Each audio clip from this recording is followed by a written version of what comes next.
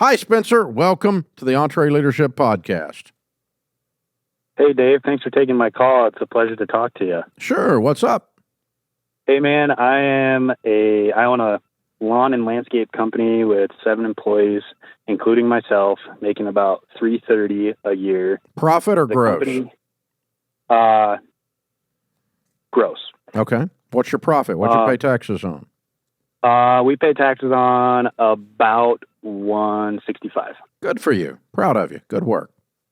The company has continued to grow, and I already talked about that, but let's see here. Sorry, I'm a little nervous. That's okay. Okay, so the company has continued to grow, and I'm a longtime listener of yours and love what you teach. I started this company from scratch 9 years ago. My question is, as you scale your business, what do you implement to be successful? What have you implemented to be successful with time management? And how has this helped you with work-life balance? Was there any one breakthrough you had that made a huge impact? I'm trying to figure this out because I someday would like to have a family with time to spend with them.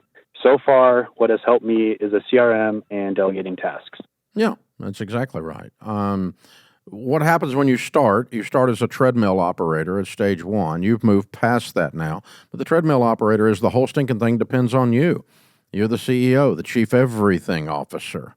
And that's a problem for you, and then you've moved past that. You've moved up to Pathfinder where you're starting to hand off some of the things. It's what you've got to do now is really lean into the delegation pieces to where you can afford to leave the business at the office, so to speak. The office in your case may be the cab of a truck, but either way, we're going to leave the work at work and home at home. More than anything, that is not a business structure thing. That's a mindset. Okay. And what I had to learn to do, and what we teach people to do on this, is that work-life balance is absolute mythology. Okay. It simply doesn't happen. When you're at work, you have to be 100% at work. Like I had a guy working for me one time that his wife called him like 22 times or something before lunch. Lord. And I'm like, dude, you just need to go home. And he's like, I don't want to go home. And I said, well, I bet you don't. Well, guess what? His job didn't last, and neither did his marriage, so no shock. But that was, he couldn't work while he was at work because his personal life was interfering with it. And because his marriage was completely blown up. It was sad. It was horrible. But the thing that, when you're at work, you have to be 100% dialed in at work, not be dealing with a bunch of stuff from home. And when you're at home, the same thing. Turn the work off. I'm not sitting and doing emails at night. I'm not sitting and setting appointments at night. I'm not on a bunch of important calls when I'm at night. You don't have, it'll wait. It'll wait. You're not Jesus. That's his job.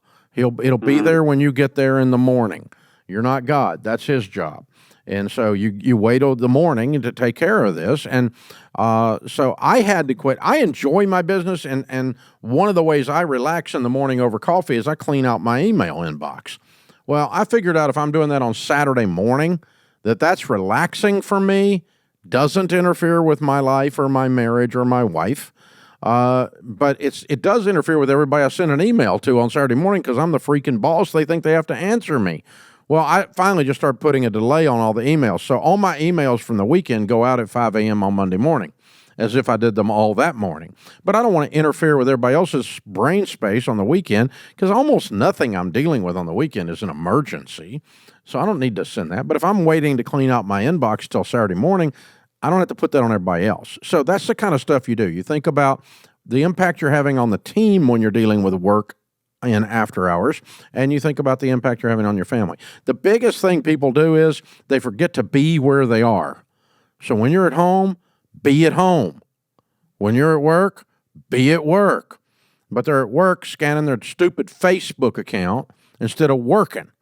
Or they're at home reading work emails instead of being present with their family. And if you're really having trouble with quality time with your family, here's an idea. Throw a brick through your television. That stupid thing that's a complete waste of life and time.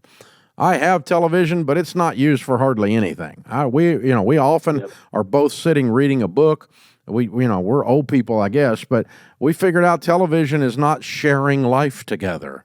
That's just bull. Very seldom. Sometimes Sharon and I will sit down and watch a documentary together, or we'll sit down and watch a movie together or something, but we do it very intentionally rather than just have that squawk box on in the background running a bunch of negativity into my little brain. So, again, just think about the environment. One last thing that I had to learn to do, and I got this at a marriage conference, not a business conference. The guy said, when you're at work, you're a soldier doing battle, and you have the sword out, and you're fighting with that sword all day long. You're fighting through the mass of the barbarians, right? Chop, chop. We're just at war all day long. When you get home, you need to take the sword off and put it above the mantle, like the soldiers did in the olden days, or put the musket above the mantle, because we're not using that on our family. That's for the barbarians in the marketplace. Our family needs a different set of tools from dad or from mom. They don't need Conan the Barbarian mowing people down, right?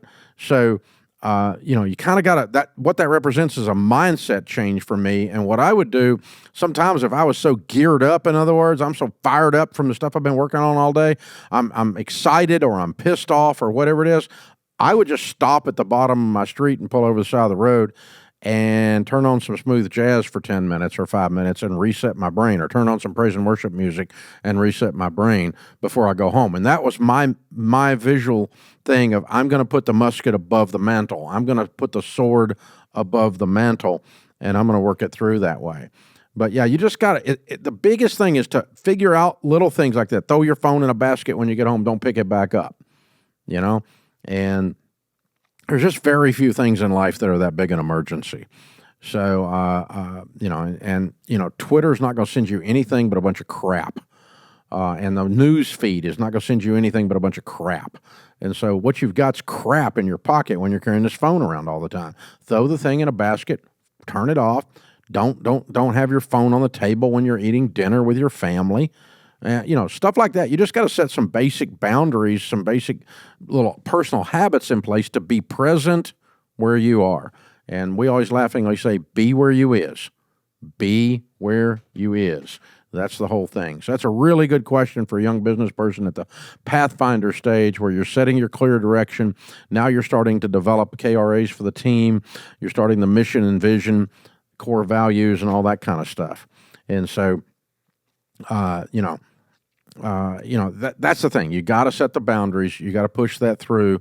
And when you do that, then you're going to be able to keep your eye on the ball and be present where you is. This is the EntreLeadership Podcast.